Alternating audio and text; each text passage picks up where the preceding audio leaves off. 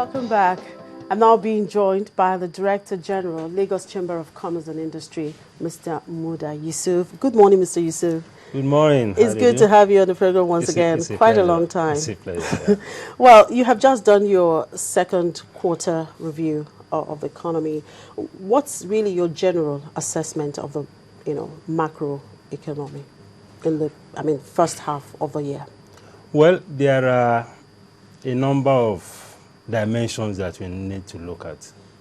Because if you are analyzing the economy, it depends on your standpoint. It depends on the perspective from which you are reviewing the economy. We have the macroeconomic, dimension, which has to do with the key macroeconomic variables, principal among which are the exchange rate, the interest rate, inflation rate, foreign reserves, and so on. Looking at that generally in the first half of the year, we will say that the trend has been positive. And macroeconomic fundamentals are important because it forms the basis on which the economy itself operates. And it's also a major indicator that a lot of foreign investors also look at. Then we also look at the investment climate, because it is one thing to have good macroeconomic fundamentals. It's another thing to have a conducive environment for businesses to operate. In fact, this latter one is perhaps even more important to the business community in this country, because if you have opportunities around you, and because of the challenges of the environment, you cannot access these opportunities, it becomes a big problem. Then, of course, we could also assess the institutions in a way that is also related to the investment climate, but they are also very important. How well have the institutions performed in supporting business? And finally, the economy is also about people. It's about the welfare of the people. Are the people better off in terms of the standard of living, access to basic needs, food, shelter, health? All these indicators also matter. That is why even globally, the issue of Human Development Index is also very important. So we don't just talk about GDP, which we talk about so often, that the GDP is doing well, this and that, but to the average citizen, what matters is the impact of all of this on the standard of living. So these are the ramifications that we look at when we review the economy. All right, going specific now, talking about the macro economy. Let's begin with the exchange rate. Yeah. Well, between January, for instance, in January we saw the official rate of the Naira at 155. And then as at June, it was about 158.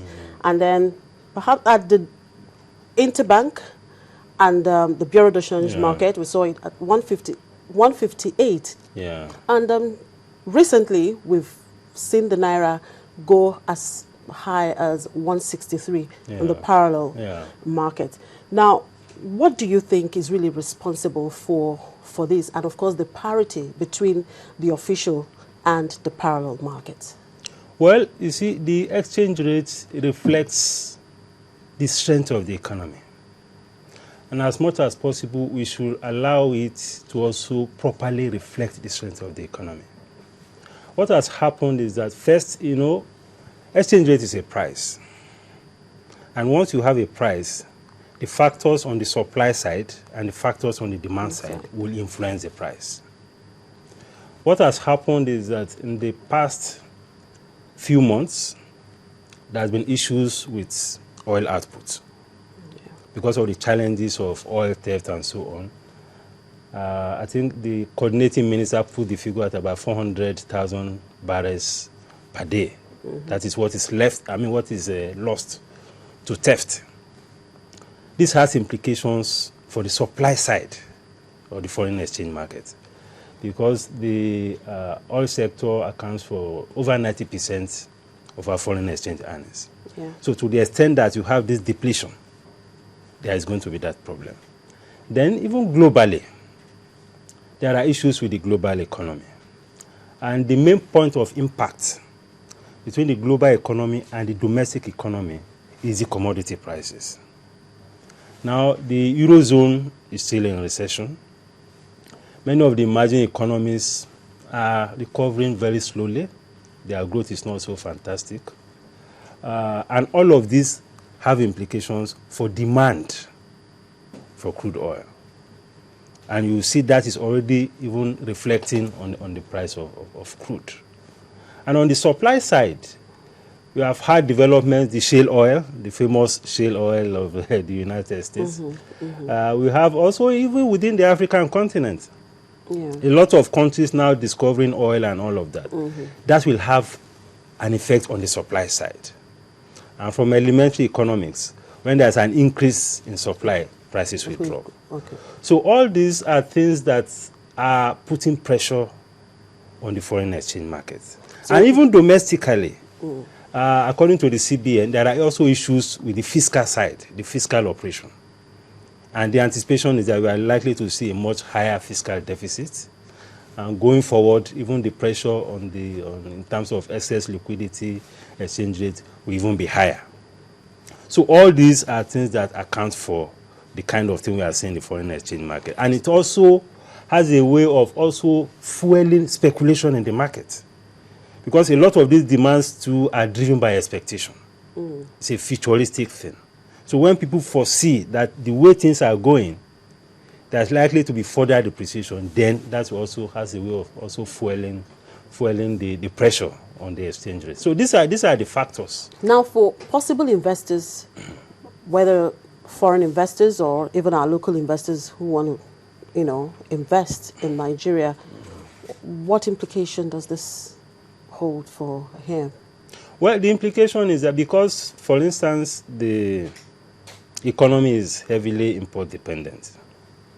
And first, if you have a situation where there is persistent pressure on the exchange rate, it has implications for operating costs of business generally. So you are likely to begin to see high cost environment, And for the foreign investor, well, it may not mean much as long as the country has the capacity to ensure that whatever profit you make, you can repatriate. And I'm sure we have that capacity because we have a reserve of about 48 billion US dollars. And actually, it has dropped to 47. It has dropped. Yeah. So, but if there are positive developments, it could also go up. But generally, at least, it's still within a very comfortable range. So it doesn't hold much. There shouldn't be much concern as far as that is concerned. What the foreign investors are more interested in are the opportunities that are here. In terms of the macroeconomic condition, many of them are very comfortable. That is why there is so much rush into the economy. But those basically are, well, I had a conversation on this program with Dr. Adedipe. And for him, he says, okay, looking at those figures, the government will say, oh, yes, we are doing well. Yeah. We are really doing well. But for a real businessman, I mean, we're not just moving anywhere. So these people looking at the figures, is this what is obtainable? I mean, yeah, fantastic figures like we have the GDP growth rate, the inflation rate has just come down, so fantastic figures there. But does it reflect really what is obtainable, what is on ground? Well, it reflects. It reflects because if you have cheap capital in this economy, you make money. And most of these offshore investors have access to cheap capital.